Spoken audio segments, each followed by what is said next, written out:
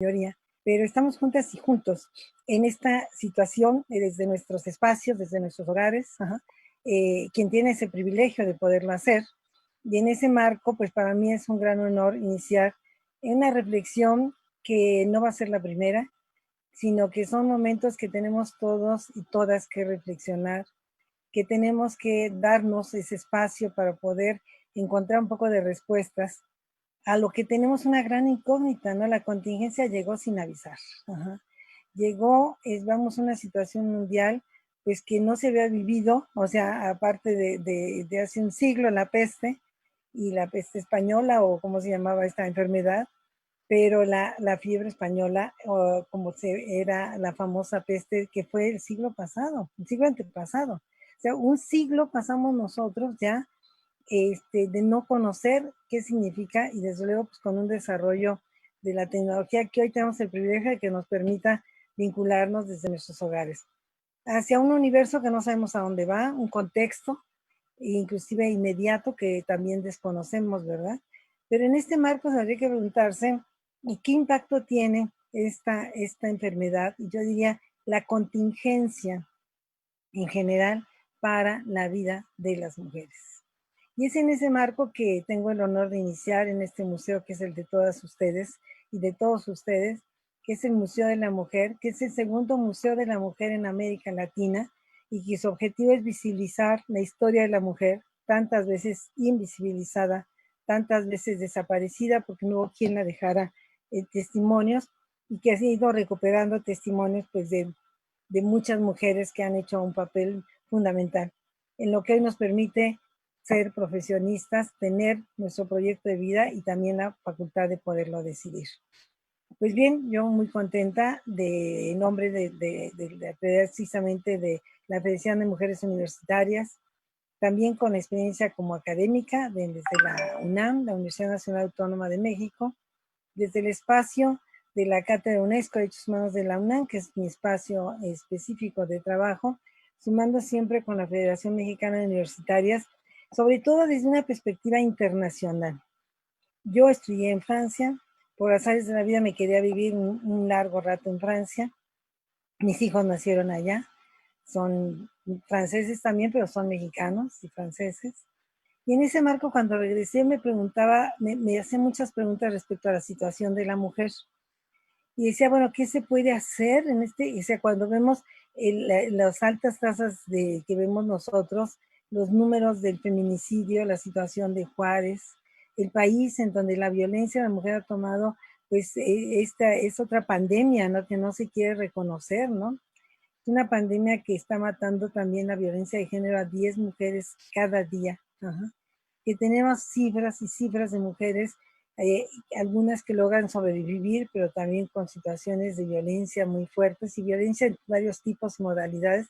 Y yo me preguntaba qué hacer. Y entonces decidí acercarme a los expertos y expertas que eran las instituciones internacionales.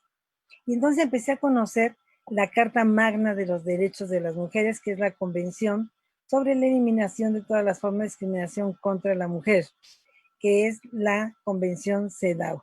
Y empecé a ver qué es lo que nos decía la CEDAW y qué nos decían también otros organismos.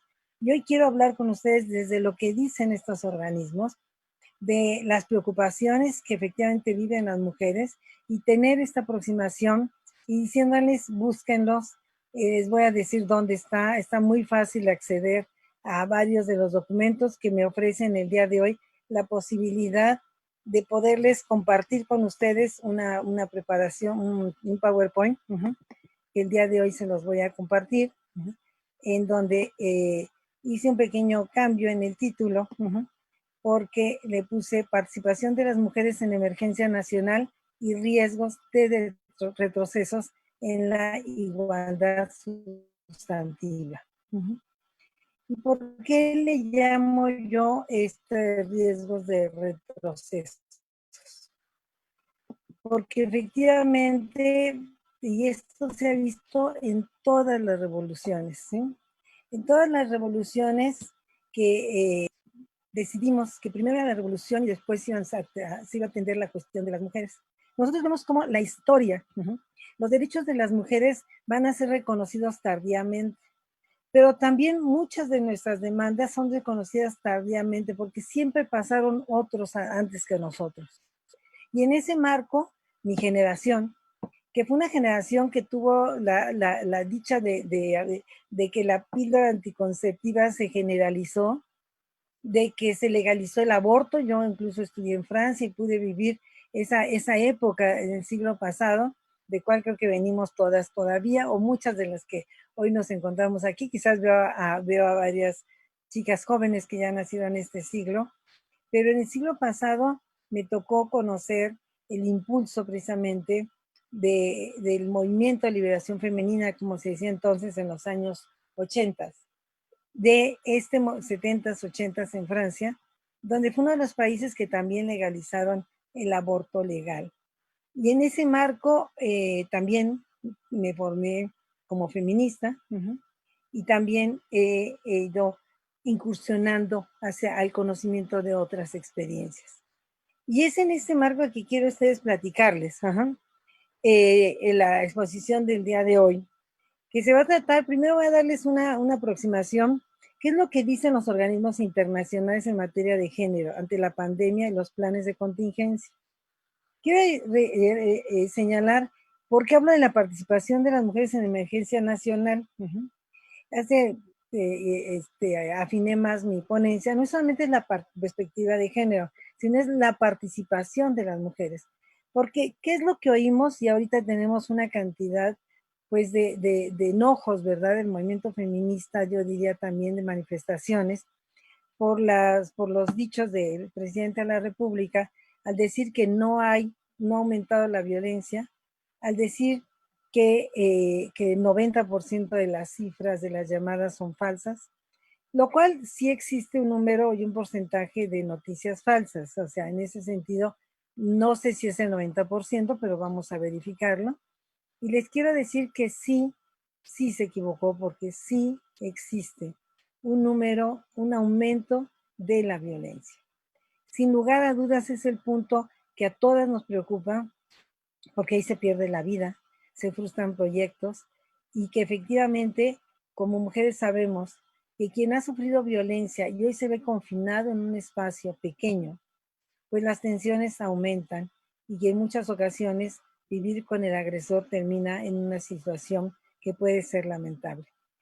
O sea, sí se ha hablado de atención a la violencia, pero no es lo único que debemos de hablar.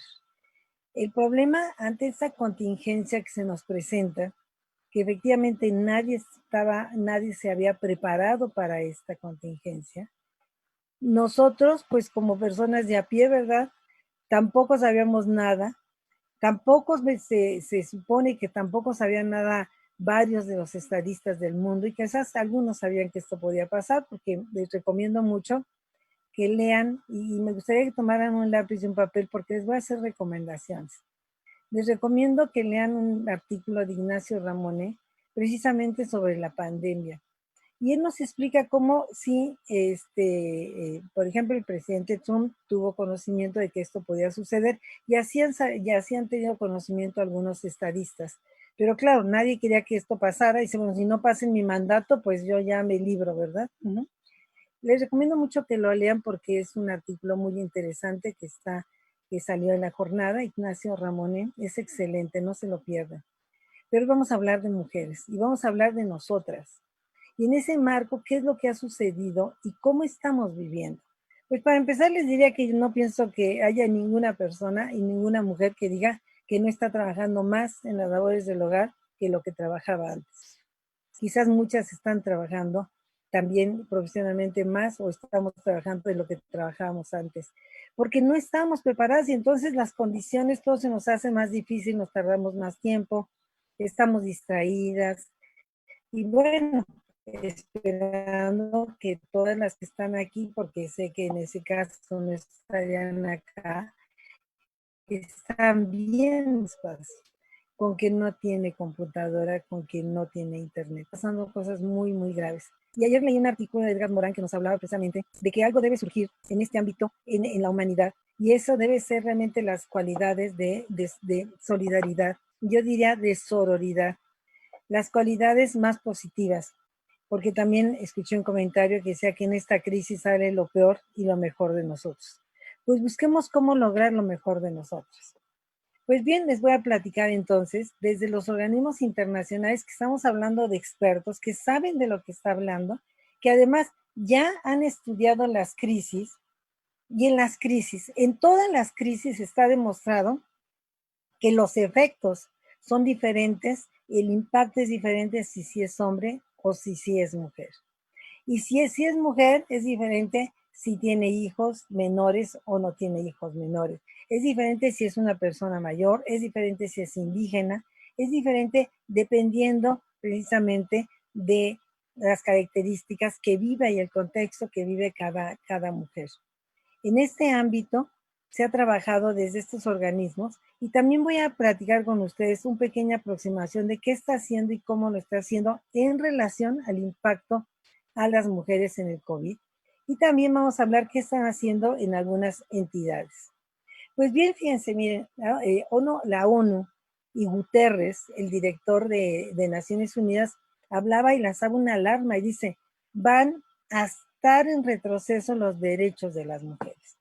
Y ese es algo, y me da muchísimo gusto que estemos todas reunidas en este momento, ahorita por este sistema de Zoom 76 personas y todas las personas que nos acompañan por Facebook, porque hay que dar una advertencia. Están en riesgo nuestros derechos. Ya estamos sufriendo las consecuencias como mujeres de esta situación, pero ahorita apenas es el inicio. El COVID no es solo un desafío para los sistemas de salud, no tiene que ver solo con la salud. Yo diría, no tiene que ver solo con la violencia.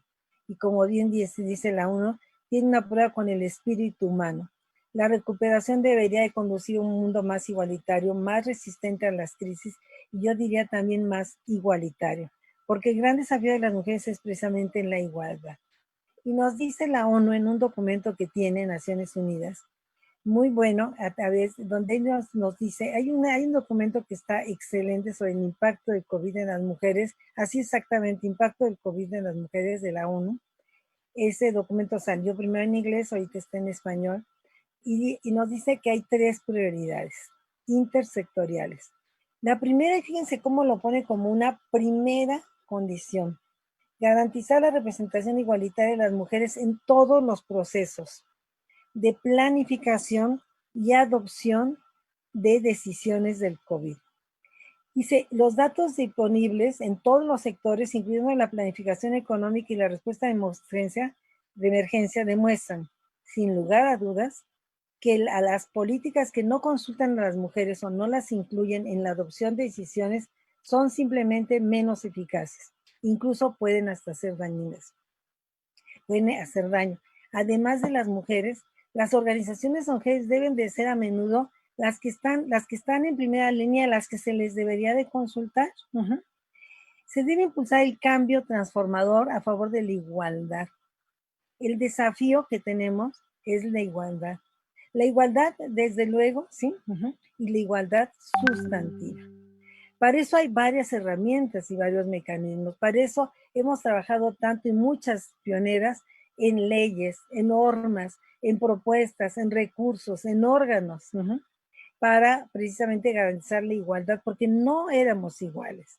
O sea, las mujeres obtuvimos hace menos de 100 años el derecho a ser ciudadanas.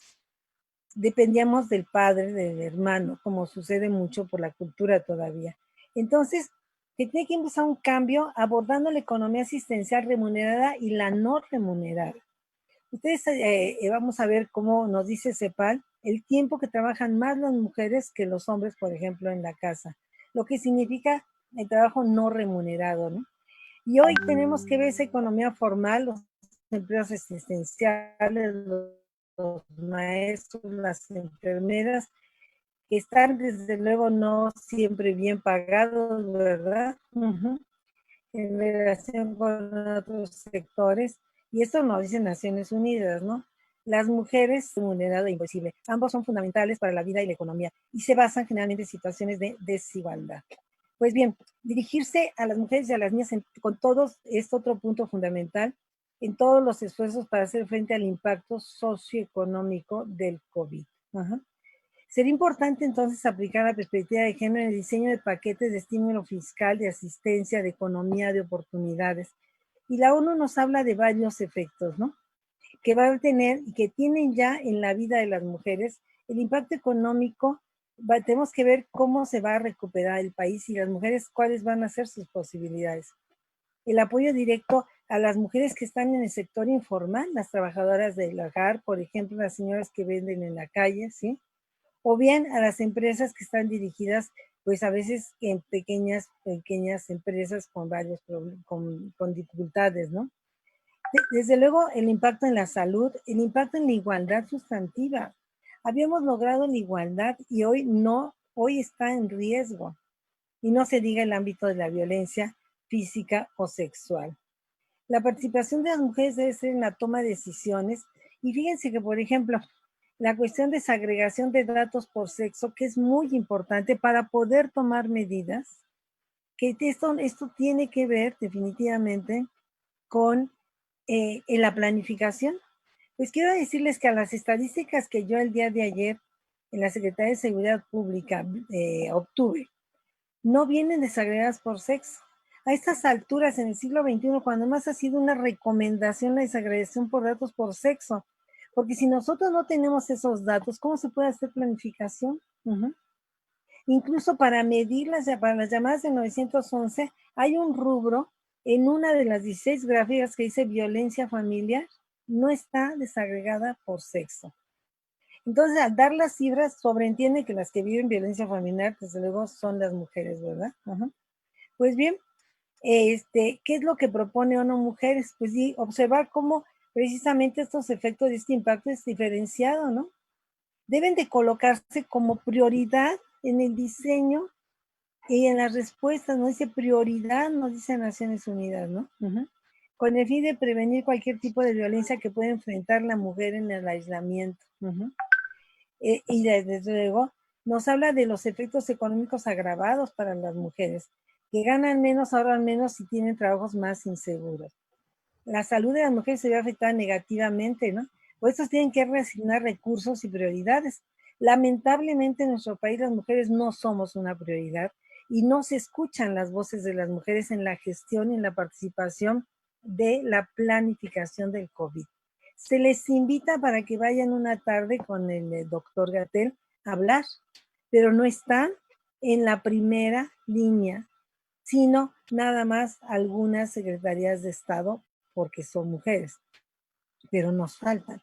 El Instituto de la Mujer no está en el grupo y no forma parte de ese gabinete de seguridad sanitaria. Sin lugar a dudas, el trabajo asistencial no remunerado ha aumentado la sobrecarga de trabajo, ¿no? Exponencialmente la violencia de género en muchas ocasiones, ¿no? Estos efectos se amplifican en la fragilidad, el conflicto y en la emergencia. Por eso, ONU Mujeres, por su parte, nos dice que tiene que haber, todas dicen lo mismo, datos desagregados por sexo para hacer el análisis de género, ¿sí? Nos asegura la dimensión de género en la respuesta requiere destinar recursos suficientes, implicar a todas las mujeres en la toma de decisiones, es que lo dicen todos, implicar a las mujeres en la toma de decisiones y no estamos en la toma de decisiones. No estamos, el plan de emergencia no tiene perspectiva de género. Bueno, no la tiene también el presidente de la República.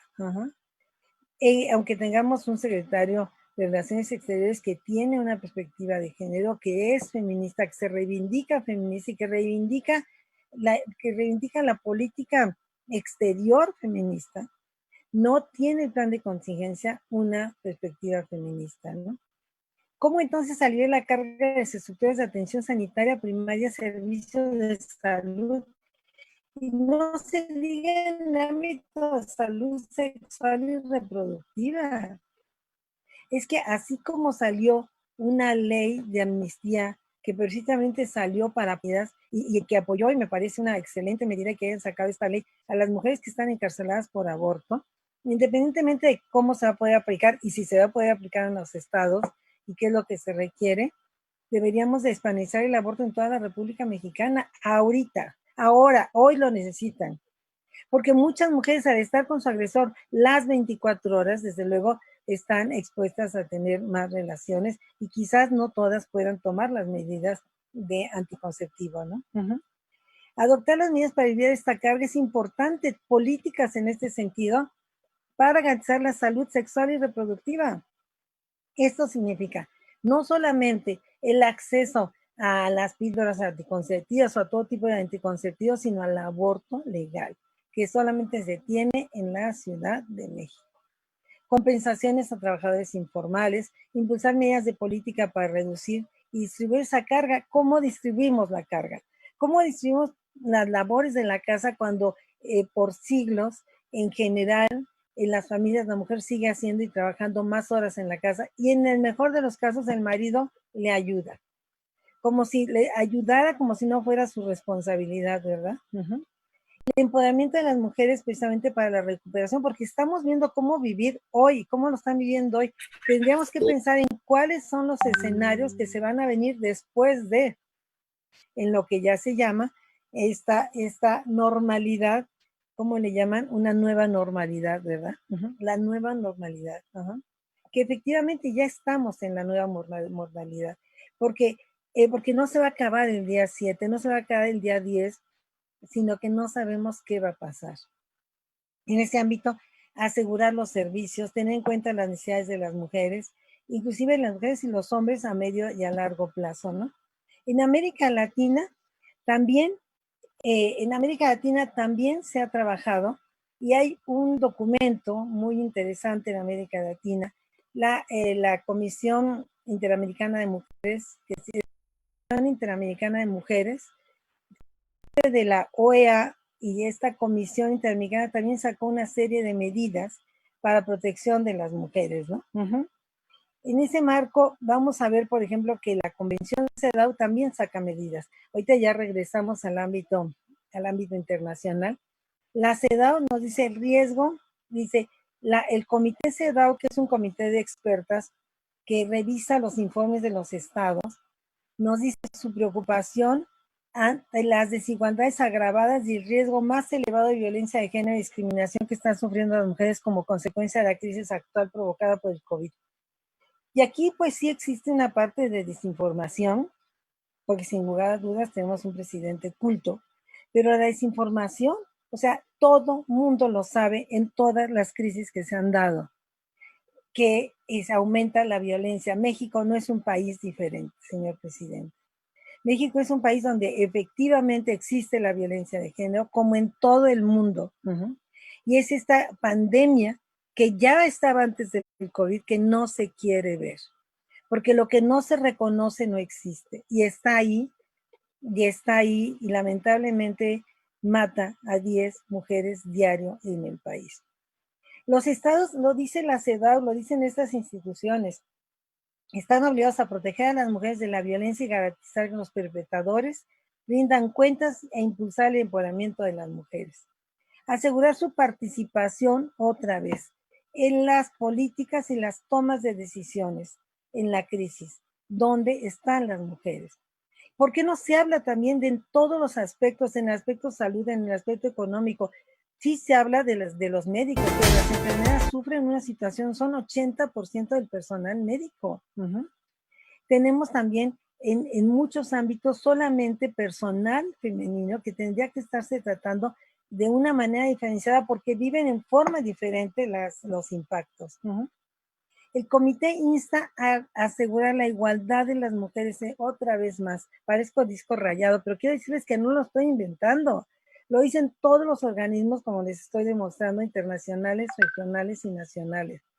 El comité CEDAW insta a asegurar la igualdad en la participación en la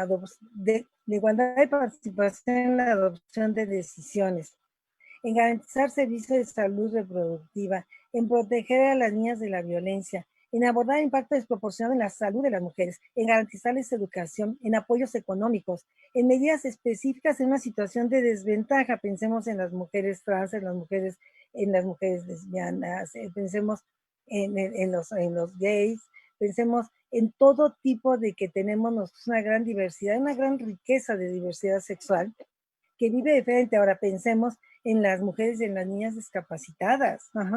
Pensemos en las mujeres indígenas, también pensemos en las trabajadoras del hogar, en todas estas diferentes categorías que desde hoy se pueden ver desde un concepto que se llama interseccionalidad. Servicios básicos, alimentación, agua, las niñas refugiadas inmigrantes, las niñas indígenas, las personas bisexuales, transgénero. Es en este marco donde también hablar de las mujeres privadas de la libertad, que ahí, por ejemplo, la ley de amnistía que se aprobó recientemente va a permitir que puedan salir algunas mujeres que no son residentes, que no tienen un caso grave, y para que puedan tomar su libertad. Eso fue una muy buena medida. Proteger a las mujeres por situación humanitaria ante la situación de inseguridad que están viviendo, ¿no? La alta comisionada también nos ha llamado la atención, desde todo lo que se tiene que ver en el hogar, lo que implica el mayor estrés, los albergues, ¿no?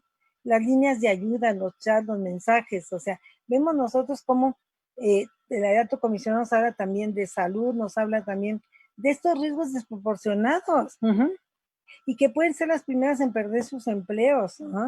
Y no dice que se escuchen la voz de las mujeres, que se reconozca su liderazgo para que se puedan implementar soluciones que recomiendan. ¿Quiénes? Las mujeres. Pero no nos escuchan. Y nada más nos dan la palabra para hablar de ciertos temas, ¿no? Entonces nos hará que incluir desde luego teléfonos de emergencia, cómo mitigar estos riesgos para la mujer, ¿sí?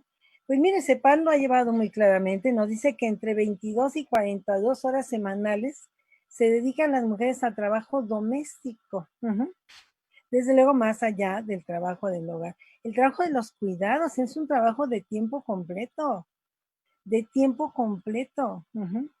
Dicen, los sistemas de salud impactan negativamente a las mujeres, pues son 72% en una media latinoamericana. El trabajo no remunerado, el trabajo informal, ¿sí? Y todas mencionan lo mismo, datos desagregados por sexo son indispensables, porque la carga de atención es diferencial. Los sistemas de protección, entonces les digo, hay muchas acciones que coinciden en esto los sistemas internacionales. Ahora, ¿qué se está haciendo en México? Pues en México ahí tenemos una página, el coronavirus, que ustedes pueden conocer, ¿sí? Y en esta página del coronavirus, pues se encuentran diferente información, ¿sí? Hay una sección para niños, hay otra sección de materiales de consulta, de salud mental, y hay una sección de género. Hay acciones con perspectiva de género que nos llevan a este link, ¿sí? Todas las secretarías lo tienen linkeado hacia esta página que vimos anteriormente, ¿no? Y aquí nos lleva a servicios especializados de violencia, orientación en parto, es decir, que no es toda la salud, sino es embarazo y parto. Es decir, nos van a atender no para darnos píldoras, no para decirnos qué podemos hacer, mucho menos para atender un aborto, sino solamente embarazo y parto. Y atención a la violencia. Y sí, pues obviamente centros de entretenimiento, porque esto pues lo ponen en la perspectiva de género, porque la lógica es la lógica, ¿sí? La lógica que la naturalizaron, pero que no es ni lógica ni natural, que solo las mujeres se deban encargar de la atención de los hijos, ¿sí? En este marco, espérame, porque ya no está caminando, un minutito. En este marco, ¿qué es lo que vemos? Pues nos lleva a una página para atención médica. Este sitio nos lleva en mujeres, en lo que apenas hasta la semana pasada, la semana pasada, perdón, esto era lo que tenían mujeres, ¿no? 5 mensajes para cuidarnos en clave, una guía como de He or She con algunas infografías y con unos folletos del tiempo en casa, 5 mensajes y su impacto desde la perspectiva de género. O sea, una institución nacional que nos da, que a mí se me hace todavía pues, bastante pobre en este ámbito, ni siquiera está vinculada con las recomendaciones internacionales. En este marco, vamos a ver nosotros, perdón, ¿podríamos cerrar su micrófono? Porque estamos escuchando algún ruido. Ana Laura Ramírez García. ¿Cómo estás? ¿Podrías poner tu micrófono, por favor? Hay una instancia. Ana Laura, si me escuchas, ¿podrías poner tu micrófono? Ujú, gracias. Eh, Sí. Vemos, por ejemplo, la CONAVIN, la Comisión Nacional para Prevenir y Erradicar la Violencia, ¿qué es lo que tenía este sitio hasta la semana pasada? Este es de mujeres, este es de la CONAVIN. Hasta esta semana que sacaron una campaña,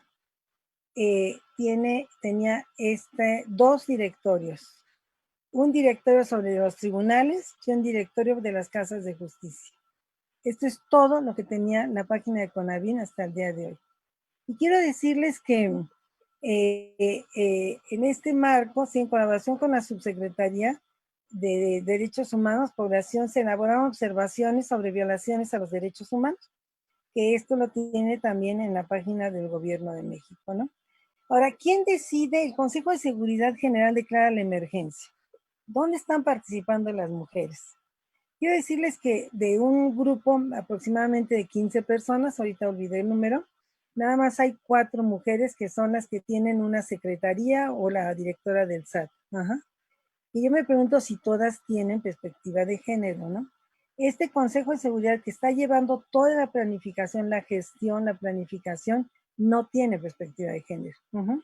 Este consejo es el órgano del Estado establecido por el artículo 73, que es presidido por el secretario de Salud, hombre, pero y hay destacadísimas mujeres en el gobierno de la federal, ¿no? En este marco, ¿qué acciones se están haciendo? Pues las acciones que se están haciendo, el gobierno federal, en una investigación que estamos recopilando de cada entidad federativa, nos lleva a un análisis que estamos viendo el Estado, qué está haciendo, qué medidas de atención, de seguridad y si tienen o no perspectiva de género en este ámbito. Y les quiero compartir los resultados. Solo 5 estados de la República presentan información específica a través de planes, manuales, protocolos, estrategia para la violencia. Michoacán, Morelos, Nuevo León, Oaxaca y Zacatecas. Michoacán sí tiene un protocolo de atención y te dice qué es lo que debes de hacer, cómo se te acompaña. Aquí te brinda acompañamiento para presentación de tu denuncia. Fíjense cómo y te pone a disposición un refugio, te brinda atención y el refugio con protocolos de higiene. Aquí dice que recibe denuncia por teléfono y te brinda acompañamiento a la presentación de la denuncia, ¿no? Y después, y dice, una vez que egresen al refugio, seguimiento de los casos, enfrentando el apoyo y seguimiento psicológico, ¿sí? También Morelos tiene un plan, por ejemplo, que dice, vives la situación de violencia, qué hacer, a dónde puedo buscar ayuda, qué puedo hacer, y un directorio. Vean cómo cambia la pobreza un poco, ¿no? Mientras que en uno te dice que te acompaña, aquí en Michoacán, aquí en Morelos te dice, pues te doy un directorio y ahí te las ves, ¿no? En Nuevo León hay un manual de actuación y protección de las mujeres víctimas de violencia en el periodo de aislamiento y te va diciendo qué debes de hacer, ¿sí me entiendes? Si usted es víctima pero no conoce a alguna mujer, adolescente, niña que lo sea, colaborar para ella es necesario que atiendan las siguientes recomendaciones. Te dice también que no está sola, ¿sí? Y te da una serie y una ruta para decirte qué es lo que debes de hacer. En Zacatecas sacaron un plan de prevención, atención, contención a las mujeres en contingencia y dicen, estamos juntas, ¿no? En la Ciudad de México, a pesar de no ofrecer un plan integral de violencia, sí ofrece información y proporciona un mapa interactivo de los servicios. Y en cada delegación hay lo que se llama hoy una luna a donde las mujeres pueden acudir. También un directorio de agencias y un directorio de lunas para que eventualmente puedas ir. O sea, cada delegación tiene un directorio, ¿no? En Chiapas y Guanajuato ciertas medidas, inclusive atención a los hombres también. En nuestros estados, Baja California Norte, Sur, Campeche, Nayarit y Jalisco no proporcionan información, aunque sí los institutos de las mujeres tienen infografías en ese ámbito, ¿no? Como el Instituto de Guadalajara, que tiene mucha información. Entonces vemos nosotros que todos se están abocando a un solo aspecto, a la violencia, pero nada más con infografías, con directorios, con ciertos programas, ¿no? ¿Qué es lo que, algunos ejemplos, por ejemplo, Chihuahua es lo que tiene, ¿sí? Fíjense, Chihuahua es de los que sí, en algunos ejemplos, comparten que se distribuyan las tareas hombres y mujeres. No todos los estados. Inclusive se siguen reforzando, como decía López Obrador, ¿no? Cuando dijo que las hijas son las que se ocupan de los padres, ¿no? Simplemente es reproducir el rol que tenemos. Aunque esto sea verdad, no tiene por eso que justificarse, porque al justificarlo el presidente lo está normalizando y diciendo que es legítimo cuando es absolutamente un estereotipo, ¿no? ¿Sí? En este marco tenemos, como vemos ustedes también, en la Ciudad de México encontramos esto, y vamos viendo estos ámbitos. Y quiero decirles que acaba de presentar la semana pasada CONAVIM una campaña que se llama No Estás Sola. No encontramos más que un folleto en CONAVIM, que es a nivel federal, donde quise sacar algunas reflexiones y compartirlas con ustedes a ver qué les parece. Por ejemplo, dice, si estoy viendo violencia psicológica, ¿qué puedo hacer? Habla con alguien de tu familia, amigas o compañeras. Eso puede sentir que no estás sola. Ten a la mano algo de confianza como son actas de nacimiento y miren lo que dice su consejo. Busca ayuda psicológica y legal. O sea, esa es una respuesta. O sea, creo que no se tarda mucho tiempo en poder hacer una propuesta que yo la veo pues bastante limitada, ¿no? Y aquí está la Secretaría de Gobernación. O sea, si tienes violencia psicológica, en lugar de darte a dónde puedes acudir, puedes hablar por teléfono.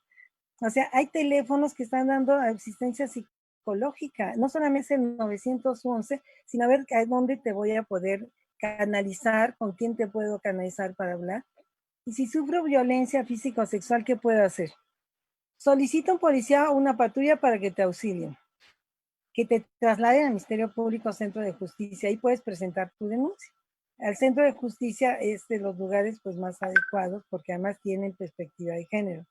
Si los hechos se momento en que pides apoyo, solicita que, fíjense que díganle al policía, presenta a mi agresor al Ministerio Público para tomar tu declaración.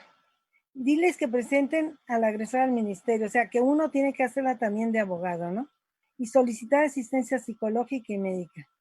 Durante tu presentación de tu denuncia debes de contar con una persona una persona asesora jurídica que te oriente en el proceso. Es decir, no puedes ir sin abogado, ¿no? Sabemos que se puede llegar y que hay algunas figuras que te pueden ayudar, pero pues llegamos a una situación de pobreza lamentable a nivel, lo que se está ofreciendo la Secretaría de Gobernación a través de CONAVIM, bastante pobre, ¿no? ¿Sí? Y después dice, si vives violencia, marca 911. Ellos están obligados a canalizarte al centro de justicia y a un refugio. Esto es lo que ofrece. ¿Sí? Esto es lo que ofrece, que a mí se me hace bastante pobre todavía, ¿no? Creo que en este marco me preocupa mucho que la Secretaría de Gobernación sacó un documento. Me preocupa mucho esta información porque si es toda la información que tiene, pues probablemente tenga más y si ustedes conocen más, pues sería importante que la podamos compartir. Pero creo que lo que hemos visto en conclusión es que hay una gran pobreza en la respuesta que está dando el Estado, incluso cada uno de los estados en la República. También lo que yo encuentro es que definitivamente no está tomándose en cuenta todas las dimensiones que nos dijeron lo que les mencioné, los organismos internacionales, que debe comprender precisamente la contingencia en la participación de las mujeres, que hoy son educadoras, cocineras y que en su casa están trabajando pues más de las 8 horas, 12 y mucho más para poder atender y salir adelante. Estamos en graves riesgos. O sea, sí nos encontramos en una situación muy preocupante porque vemos pues que muchos vacíos, una política que no tiene nada de integral porque nada más está viendo el ámbito de la violencia y las respuestas son bastante precarias, bastante frágiles, para que una mujer que sufre violencia se pueda sentir recompensada y ayudada por este folleto. Por eso, hoy las organizaciones civiles están haciendo un gran trabajo, inclusive también dando orientación. Creo que podemos recurrir a las redes que tenemos, mientras que el Estado va tomando su papel a la atención a la mujer. Sí hay más violencia, y no solamente más violencia, no estamos participando en la contingencia, y cuando se le pregunta a Gobernación de las cifras, nos informa que el próximo martes va a dar a conocer las cifras que tiene. Quizás las medidas precisamente hablar a 911, pues ahorita entiendo por qué no llaman, así, porque si esta es la respuesta que van a dar, ¿sí? O sea, imagínense si va a esperar la señora hablar 911 para que me lleven a la casa de justicia, ajá, ¿sí? ¿Qué respuesta están dando y por qué no hablan? Y si realmente esa es la única posibilidad. Yo creo que el gobierno ha tenido un papel muy relevante a nivel de la información. Incluso yo sí creo en la planificación que se ha llevado, en el trabajo de las conferencias que hemos visto de muchos temas, destacadas muchas de ellas, pero en el ámbito de la mujer tenemos muchos pendientes. Yo con esto culminaría mi presentación, pero